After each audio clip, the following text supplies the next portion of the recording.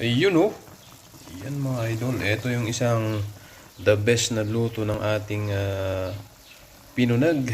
Ayan. Especially pag fresh pa ito. Hindi pa na-smoke. So ayan na mga idol. Napakuluan na natin ang ating pinunag.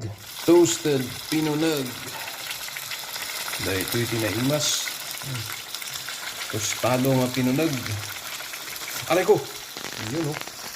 Pumuputok-putok mga idol. Yan, nakaraman di kasto yun. Ito yung tigahimasan nga luto na nito. Prito, tostado. Yan o. Ito yung daigurot ng ganisa nga kunada. Sabay isaw-saw piso ka. Ina sa luto ito eh. Yan o.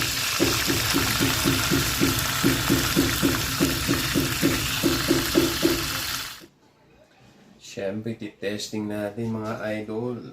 Ito na yung toasted pinunag natin na sinawsaw sa pinakurat.